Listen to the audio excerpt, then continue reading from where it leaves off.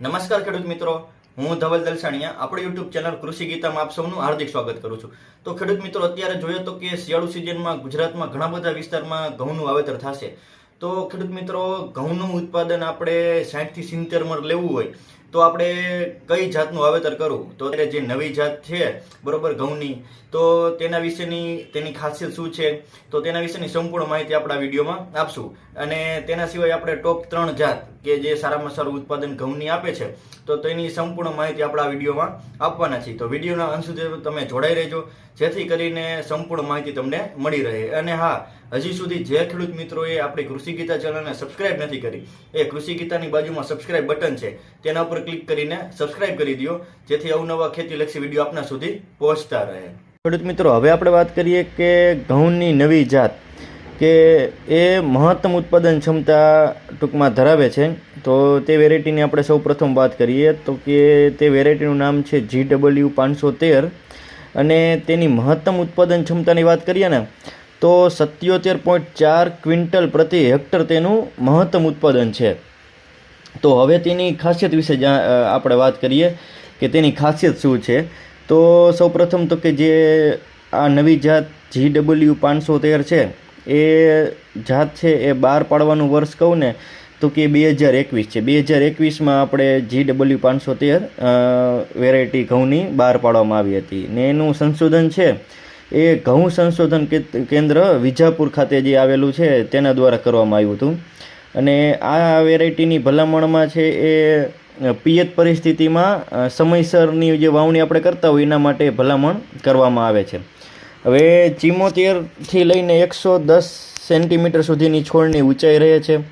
પછી આના પાકવાના દિવસો છે, ફૂલ આવવાના દિવસો 51 થી 95 દિવસ ટૂંકમાં ગાળામાં આ GW 513માં ફૂલ આવી જાય છે।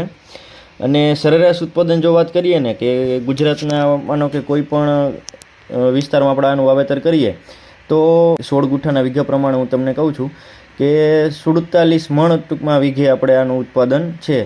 અને દાણાનો કલર છે એ મધ્યમ અને ચળકાટવાળો છે। અને જો 1000 દાણાનું વજન કરવામાં આવે, 1000 દાણાનું વજન કરવામાં આવે તો 47 ગ્રામ જેટલું વજન થાય છે એપ્રોક્સ।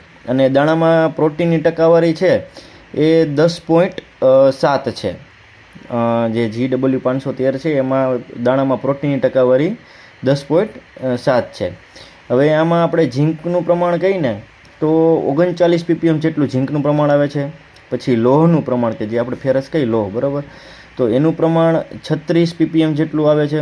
અને ગુણવત્તા છે એ રોટલી માટે સારામાં સારી છે કે આ જ વેરાયટીની ટૂંકમાં રોટલી આપણે બનાવીને ખાઈ તેના માટે બહુ સારામાં સારી ટૂંકમાં ગુણવત્તા છે એના માટે, રોટલી બનાવવા માટે। અને રોગ પ્રતિકારકતા માટે વાત કરીએ તો કે પાનના જે બદામી ગેરું અને થડના કાળા ગેરું સામે પ્રતિકારક જાત છે। મહત્તમ ઉત્પાદનની જે આગળ વાત કરી કે 77.4 ક્વિન્ટલ પ્રતિ હેક્ટર તેનું મહત્તમ ઉત્પાદન છે। એટલે જે કોઈ ખેડૂત છે એ વ્યવસ્થિત રીતે ખાતરને પછી જમીન છે, જમીનમાં ખાતર પછી માવજત વ્યવસ્થિત કરે તો 77.4 ક્વિન્ટલ પ્રતિ હેક્ટર તેનું ઉત્પાદન મળી શકે। એટલે આપણે જો મણમાં વાત કરીએ તો 62 થી 70 મણ પ્રતિ વીઘા આ જાત આપણે પ્રોડક્શન આપે છે। હવે છોડની ઊંચાઈની વાત કરીએ ને તો કે 2.5 ફૂટથી લઈને 3 ફૂટ જેટલી છોડની ઊંચાઈ રહે છે। અને જે ઘઉંની ટૂંકમાં GW 513નું થડ છે એ મજબૂત છે, જેથી ટૂંકમાં આપણે પાછળના સ્ટેજમાં જ્યારે હોય ત્યારે આડા પડવાની આપણે ટૂંકમાં તકલીફ હોય બીજી વેરાયટીમાં, તો કે આ વેરાયટીમાં એટલે એ તકલીફ રહેતી નથી કે આડા પડી જવાની સંભાવના ઓછી હોય છે। હવે બીજ દરની વાત કરીએ ને તો પ્રતિ હેક્ટરે 125 કિલો જેટલો તેનો બીજ દર છે। અને આ જાત છે એ પાકવામાં 99 થી લઈને 143 દિવસમાં પાકી જાય છે। તો આ થઈ વાત GW 513 વિશે કે અત્યારે વિજાપુર ખાતે જે આપણે ઘઉં સંશોધન કેન્દ્ર છે તેના દ્વારા બહાર પાડવામાં આવી છે। અને ખાસ કરીને જે ખેડૂત મિત્રોને જો આ જાત મળે અત્યારે વાવવા માટે તો બધા ટૂંકમાં એકવાર ટ્રાય કરે 1 થી 2 વીઘામાં, જેથી કરીને આપણે તેનું પ્રોડક્શન ખબર પડે કે કેટલું બધું આવે છે। જો સારું પ્રોડક્શન આવે તો આવતા વર્ષે આપણે આ જાતનું વધારે પ્રમાણમાં વધારે વીઘામાં પણ વાવેતર કરી શકાય। GW 513ની આ ખાસિયત વિશેની આપણે વાત કરી। તો ખેડૂત મિત્રો, બીજી ઘઉંની જે વેરાયટી છે તેનું નામ છે આપણે GW451.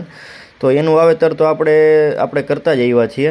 તો તે બીજા નંબરે આવે છે કે જેનું આપણે 16 ગુઠ્ઠાના વીઘામાં એપ્રોક્સ ઉત્પાદન ગણીએ, વ્યવસ્થિત માવજતને આપણે કરીએ તો તેમાં 16 ગુઠ્ઠાના વીઘામાં આપણે તેનું ઉત્પાદન આવે છે 50 મણ જેટલું. અને ત્રીજી વેરાયટીની વાત કરીએ તો ત્રીજી વેરાયટી છે GW496, બરાબર. તો આ આપણે ગુજરાતમાં પણ આ પણ વેરાયટી સારામાં સારું ઉત્પાદન આપે છે. સૌપ્રથમ વાત કરી GW આપણે 513, તેના પછી વાત કરી GW451 અને ત્રીજા નંબરે આપણે વાત કરી એ GW496. તો એનું પણ ઉત્પાદન છે એ 16 ગુઠ્ઠાના વીઘામાં 40 મણ જેટલું આવે છે. તો આ થઈ આપણે ઘઉંની સૌથી સારામાં સારી 3 ટોપ જાત કે જે આપણે કૃષિ યુનિવર્સિટીની ભલામણ કરેલ જાત છે. તો ખેડૂત મિત્રો, જો આ જે બધી પ્રોડક્શનની વાત છે એ આપણી માવજત ઉપર રહે છે કે આબોહવા કેવી છે, આપણી જમીન કેવી છે, આપણે કઈ રીતે તેની માવજત કરીએ છીએ તેના ઉપર ડિપેન્ડન્ટ છે. અને ઘઉંમાં આપણે કયા કયા ખાતર નાખી શકાય જેથી સારામાં સારું ઉત્પાદન મળે, તો તેનો ઓલરેડી આપણે એક વિડીયો બનાવેલો છે. તો એ પણ આપણી ચેનલમાં જઈને તમે જોઈ શકો અને એની લિંક પણ હું તમને ડિસ્ક્રિપ્શનમાં આપી દઈશ. તો તેમાંથી આપણે ખ્યાલ આવશે કે કયા કયા ખાતરની કોમ્બિનેશન આપણે નાખીને ઘઉંનું સારામાં સારું આપણે ઉત્પાદન મેળવી શકીએ.